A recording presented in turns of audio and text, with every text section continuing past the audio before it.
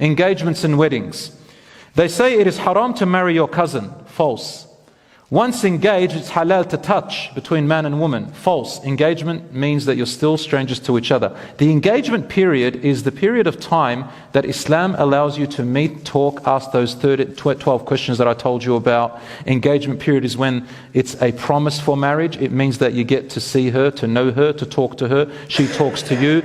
Best off within supervision. Best is at her house. If not, you can do it in public. It's better to have a chaperone. If you can't do that, some people have converted to Islam, they don't have any family members, but it's okay. Even a non-Muslim brother, non-Muslim cousin, non-Muslim father can be along with them. If you have absolutely nobody else, you can be in a public place. So long as you are safe from any fitna between each other and you talk what is necessary. Can you talk on the phone? Yes. Can you text each other? Yes. Can you talk on social media? Yes. There's no haram to it, brothers and sisters. I don't want anybody to come up and say, no, and try to be a super Muslim. It is not haram so long as you stick within the boundaries of respect and halal. And I advise everyone to let your parents know within your ability, especially if you are very young, you're 18, 19, 20, 25, and you haven't had experience in relationships or marriage before. As for older people, it's a bit more flexible because they do know about relationships better, they can control themselves better.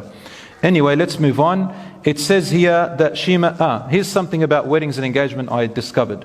There's this custom, they say, I know it's in the Arab tradition, at least Lebanese, that the bride, and only the bride, must wear the scarf and only in front of the imam. So when I go there, I'm doing the marriage, you can see, there are other sisters, they might not have the hijab on, right? And the sister, maybe the bride, maybe doesn't wear the hijab, so she comes up and puts the scarf on, but only in front of me. Now, I appreciate that because out of respect for me, I really like it. But to believe that this is an Islamic tradition, that you're supposed to wear the scarf in front of the imam, is not something of Islam. Should be wearing the hijab, inshallah, all the time. It says here that if you do not recite the Fatiha for an engagement, the engagement is incomplete.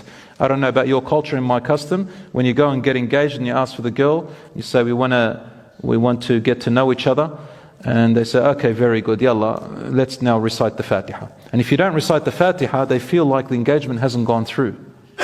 There's nothing in the Sunnah that you must recite the Fatiha. And it says here, they say engagement and wedding rings, a mahbas, in Arabic it's called a mahbas, it means you're imprisoned.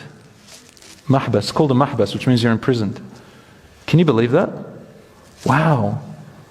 And they say it is part of Islam. No, the wedding ring is not part of Islam, nor is the engagement. I mean, if you want to put it on, that's fine, but don't make a belief in it. The wife must change her surname. This is a myth. This is not taken from Islam. In fact, in Islam, a wife should be called by her father's name, and that is her identity. A divorce can only be done by the husband, but haram if the wife does it. That's wrong.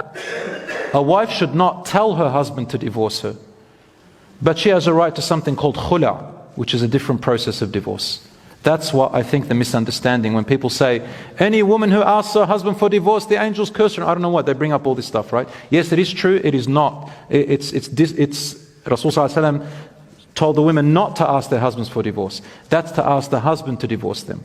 But for a wife, if she's not happy in the marriage and there is, it's gotten toxic and she wants out because she can't fulfill her duties anymore, she can go for something called khula, which is a different type of divorce with different conditions. There is always a way out if things get really nasty. So that's what Allah subhanahu wa ta'ala said. Also, it says here, the father can refuse even under unreasonable circumstances to marry his daughter off. This is also false. Unreasonable circumstances, the next wali is her grandfather. After her grandfather comes her son, if she has a son. If her son is not there, it's her brother. If it's not her brother, then it's her uncle. If it's not her uncle, then it's another member related to her father. And if nobody wants to do it, then the imam becomes her wali. Or she can choose one. So there's always, inshallah, halal, we make it easy so the haram can become difficult. It also here says, the son must get his parents' approval. In Islam, the son does not need his parents' approval for marriage. Of course, it's better to have their blessings and be around.